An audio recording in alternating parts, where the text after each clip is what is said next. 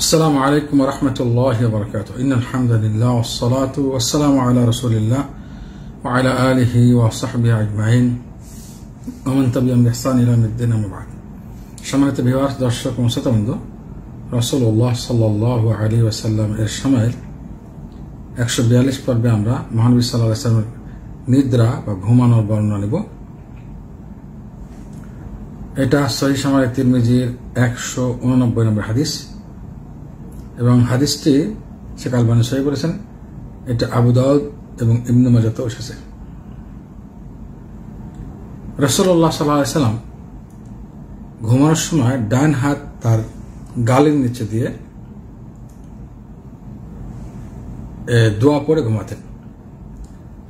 বারা ইবনে আযিব রাদিয়াল্লাহু তাআলা আনহু হতে বর্ণিত, রাসূলুল্লাহ সাল্লাল্লাহু আলাইহি ওয়াসাল্লাম যখন শয্যা গ্রহণ করতেন অর্থাৎ ঘুমাতে যেতেন, ঘুমানোর সময় ডান হাত ডান গালের নিচে রাখতেন এবং বলতেন, দোয়াটা কি এখানে বলা হয়েছে, কি বলতেন, রব্বি কিনি আযাবাক ইয়াওমা তাবআসু ইবাদাক,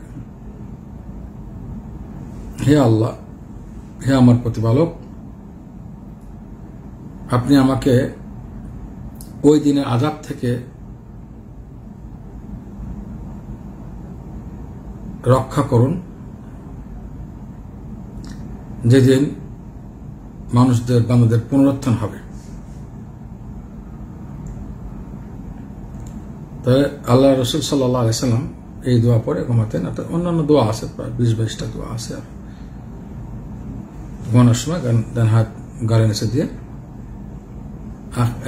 কিয়ামতের পুনরুত্থান দিবসের আযাব থেকে আল্লাহর কাছে পানা চেয়ে ঘুমাতেন। এটা আমাদের প্রত্যেক মুমিনের উচিত, আমল করা উচিত। আল্লাহ তাআলা আমাদের সবাইকে এই হাদিসের উপর আমল করার তৌফিক দান করুন। মহানবীর প্রত্যেকটা আদর্শ আমাদের জীবনে, ব্যক্তিগত, পারিবারিক এবং সামাজিক জীবনে এগুলো নিজেরা পালন করবো এবং অপরকে পালন করতে উৎসাহিত করবো ইনশাআল্লাহ। আল্লাহ তাআলা আমাদের সবাইকে তৌফিক দান করুন। আসসালামু আলাইকুম ওয়া রাহমাতুল্লাহি ওয়া বারাকাতুহু।